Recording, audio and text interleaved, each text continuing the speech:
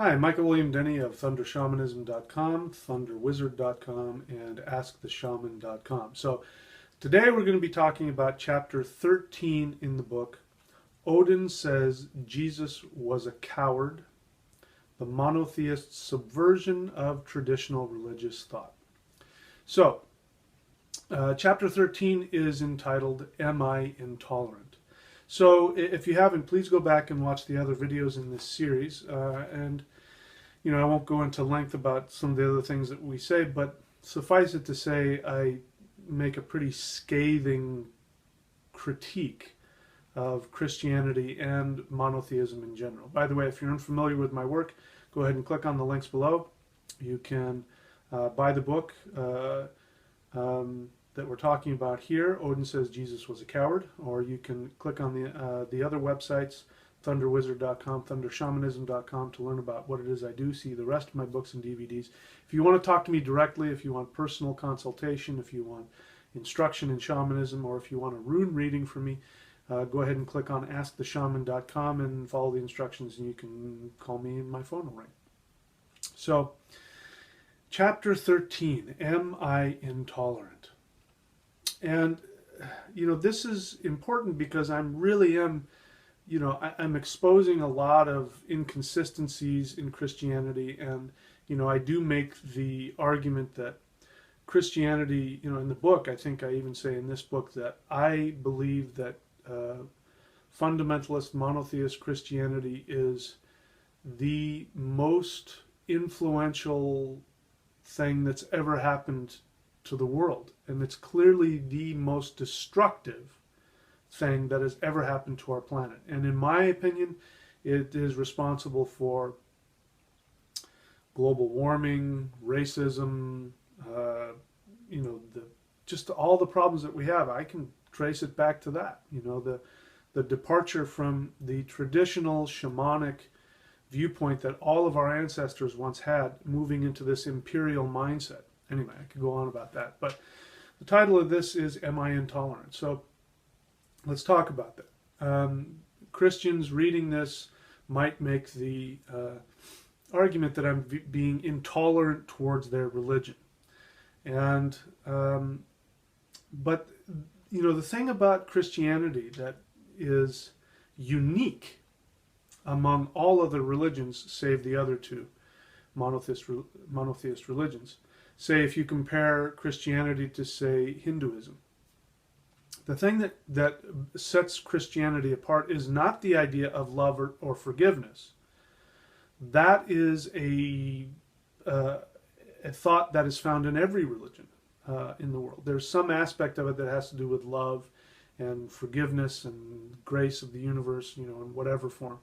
What is unique to Christianity is intolerance.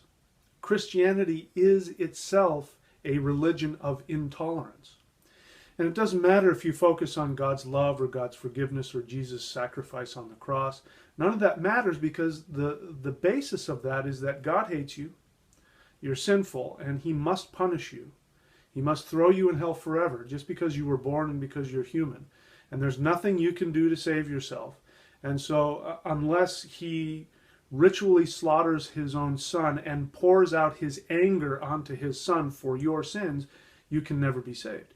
So it starts from a negative place. It starts from a place of, that there's something wrong with you and that God, can't tolerate you.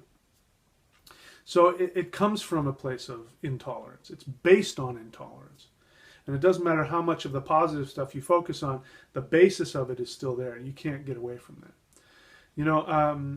I went out with a friend of mine. I talk about this in the book. I went out to dinner with a friend of mine who had also, like me, got involved in fundamentalist Christianity.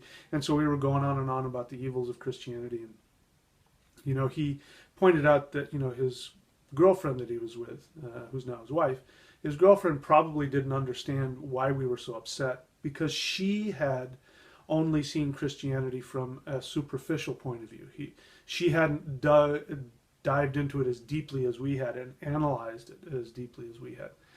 And she chimed up and she said, yeah, that's right. She said, I think you guys are being too harsh on everybody. People are just looking for whatever works for them. And, you know, most people just go to church because they just want to get involved in, you know, the idea of God's love and God's grace.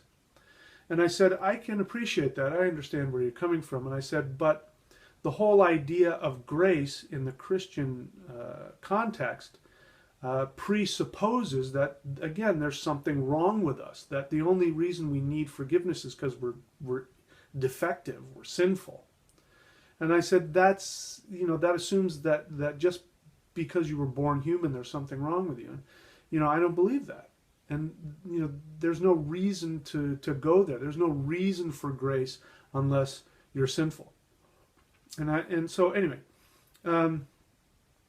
so that then we come to the other type of Christian who might say, well, listen, you're being too intolerant. There's a lot of us who are Christians who are not like that.